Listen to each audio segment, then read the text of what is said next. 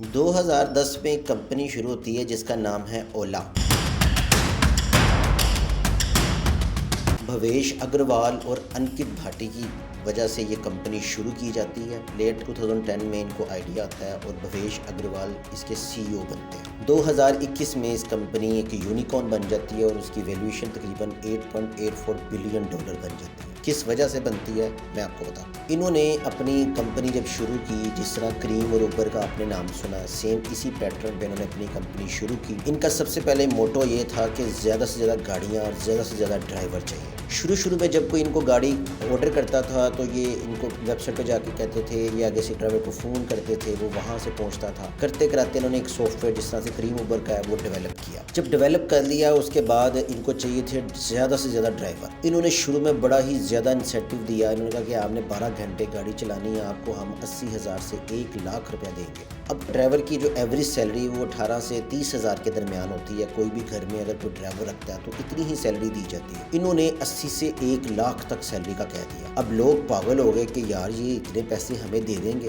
سب سے پہلی بات آتی ہے ڈسکاؤنٹ کی۔ انہوں نے اپنے جو ہے نا ریفرل پہ، اپنی پروموشن پہ 6 روپے پر کلومیٹر پہ انہوں نے اپنا ایک لانچ کیا کہ ہم آپ کو 6 روپے کلومیٹر، جیسے کہ ایک جگہ سے دوسری جگہ جانے کے لیے چھوٹی سی، جس طرح کوئی آفس میں اگر کوئی جاتا ہے تو گاڑی میں جاتا ہے تو وہ اگر اس کے یوز کرے گا تو اس کا منتھلی 12-13 ہزار بن رہا تھا، اور اپنی گاڑی میں اس کا 25 سے 30 ہزار کا فیول۔ اس سے ہوا کہ لوگوں نے اپنی گاڑیاں ان کو دینا شروع کر دی۔ ڈرائیور کو 25,000 30,000 میں رکھنا شروع کر دیا۔ پھر ڈرائیور نے دیکھا کہ یار یہ تو بہت ارننگ ہے، انہوں نے EMI پہ گاڑی اٹھا لی، یعنی کہ بینک سے فنانس کروا لی گاڑی۔ اب کرتے ہی کرتے سمجھ لیں کہ بنگلورو جیسے شہر میں 1,00,000 گاڑیاں چلنا شروع ہو گئی، اور جب بھی کوئی گاڑی منگواتا تھا ودن 1 منٹ گاڑی پہنچ جاتی تھی، اور شروع میں ہی ان کو ایک یونیکارن کا درجہ مل گیا، یعنی کہ $1 بلین تک کمپنی یہ پہنچ گئی۔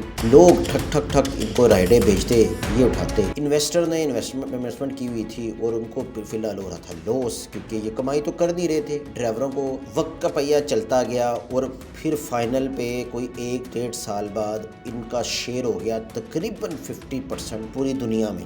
ان کا شیئر دیکھیں اور اوبر کا شیئر دیکھیں، انہوں نے اوبر کو بیٹ کر دیا۔ سارے انڈین کہتے ہیں یہ تو ہماری کمپنی ہے، تو لوگوں نے زیادہ اولا کرنا شروع کر دی، تو دیکھتے ہی دیکھتے یہ کمپنی بہت بڑی کمپنی بن گئی۔ اس کے بعد دوسرا سٹیپ آیا جب انویسٹروں نے کہا کہ بھائی 2 سال ہو گئے ہیں، ہمارے پیسے بہت لگ چکے ہیں، اب ہمیں ریٹرن چاہیے۔ پھر ان کے جو چیف ایگزیکٹو ہیں بھوش صاحب نے کہا کہ اب میں آپ کو کما کے دوں گا۔ جب سیکنڈ سٹیپ آیا تو ہر طرف سے انہوں نے کمیشن کو ختم کر دیا۔ انہوں نے جو اپنے کسٹمر کو دیے ہوئے تھے ڈسکاؤنٹ، اس کو بھی ختم کر دیا۔ کرتے کرتے انہوں نے آہستہ آہستہ جو ایک آپ کو 50-100 روپے میں گاڑی مل رہی تھی AC والی لگژری گاڑی، وہ کرتے کرتے 200-250 پہ گئی۔ اس کے بعد 400-450 پہ چلی گئی۔ انہوں نے فوراً ہی ڈرائیور کی کمیشن کو کٹ کر دیا، اور جب کمیشن کو کٹ کر دیا تو جو 1,00,000 روپے کما رہا تھا وہ آ گیا 50 سے 60۔ یہاں ہی بات ختم نہیں ہوئی، انہوں نے مزید بونسز کو کم کر دیا، اور ان کی جو اپنی کمیشن ہوتی ہے جو چارج کرتے ہیں، جیسے کہ اوبر چارج کرتا ہے 25%، انہوں نے